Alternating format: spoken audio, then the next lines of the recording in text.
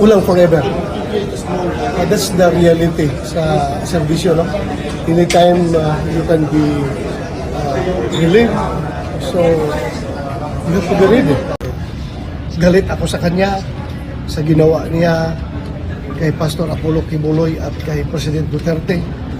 Pero ngayon naawa ako sa kanya dahil after nung ginawa niya lahat-lahat, binigyan siya ng posisyon, tapos sinibak lang rin siya. Galit ako na naawa ako sa kanya. Because I've been there. What if ako ang nandyan, nakaupo, at sinunod ko lahat ng orders ng nagbibigay ng orders sa akin. Lahat-lahat na ginawa ko. Kahit na yung bordering to illegal acts, unconstitutional acts, questionable acts. Ginawa ko na lahat-lahat. Pagkatapos, ngayon, tanggalin lang niyo ako ng unceremoniously.